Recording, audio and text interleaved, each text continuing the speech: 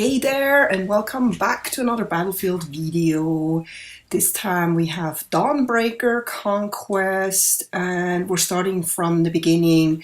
And I wanted to post this video because I finally gave up denying that my controller was broken.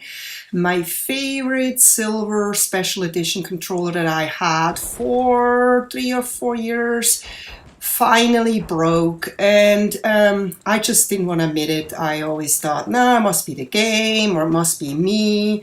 And but I noticed when I was turning to the right, every time I was turning to the right, it was like I was feeling like being stuck in molasses. So when I was turning to the right, I had to really push my thumb really hard to the right, and then my character was very slowly turning.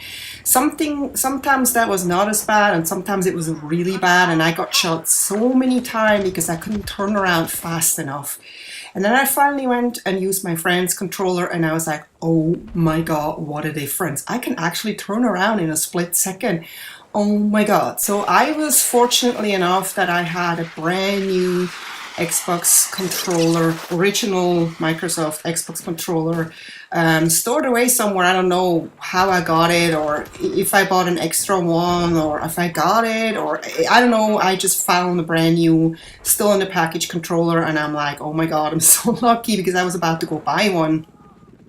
I didn't know if I want to go with a special one again, but the problem with, third-party controllers a lot of times is that they are just not as good.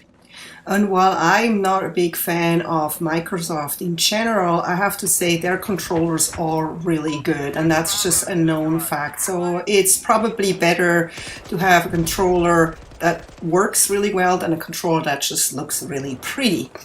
Oh, by the way, I used the CBJ-MS, I believe it's called here, weapon for the whole time here until I ran out of ammo. And I just realized I didn't want to run out with the pistol, so I picked up a shotgun, and I think that's the QBS shotgun. I didn't know right away because, when you pick up a weapon, it doesn't really tell you what kind of weapon it is until you shoot. So it's the QBS-09. Yeah, that's a pretty good shotgun. I love that a lot. I use that usually in Operation Locker, and I get a few kills with this gun until I pick up another gun. You see that shortly. So back to the sensitivity.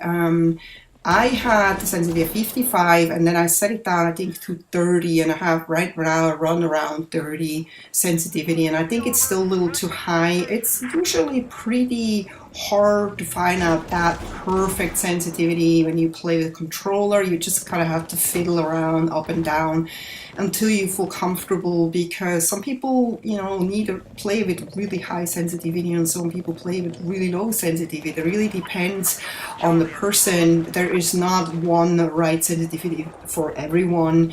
So the only thing is, if you feel you are not doing so well, you may want to try turning your sensitivity down.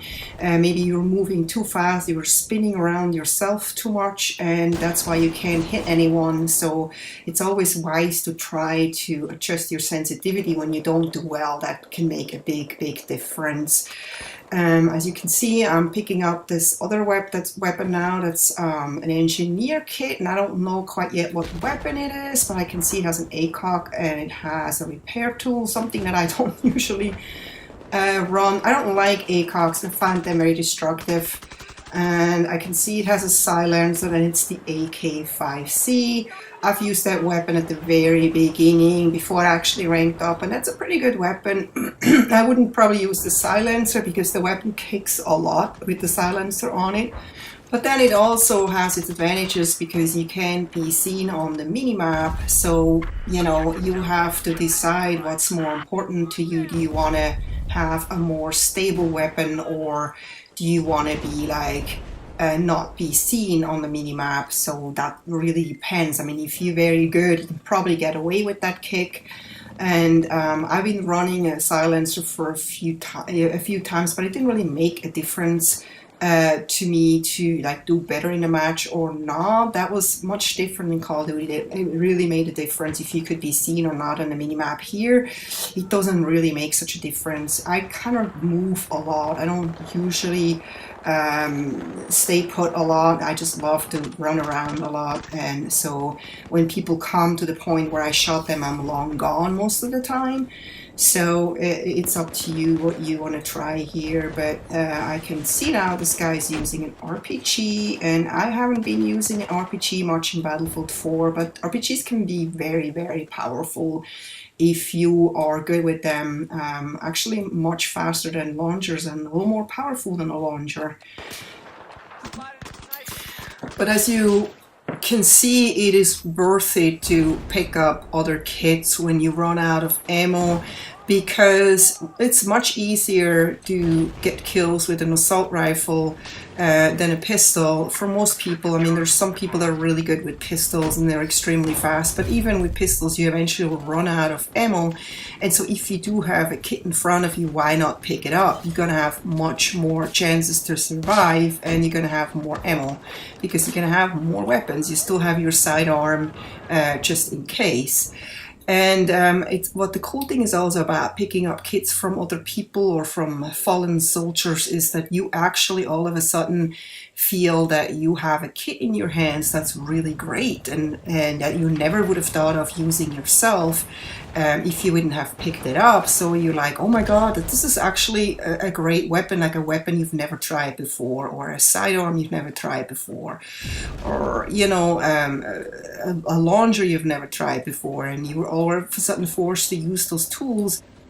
And maybe you pick up a kit that really sucks, but isn't it better to have a kit that sucks than not have a kit at all? Sure it is.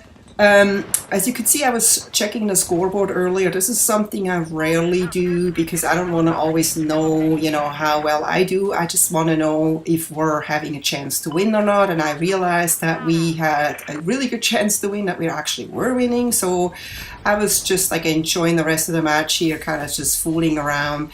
So I hope you enjoyed this, and I hope you got some good ideas from this video. And maybe I see you next time. Have a good day. Take care. Bye-bye.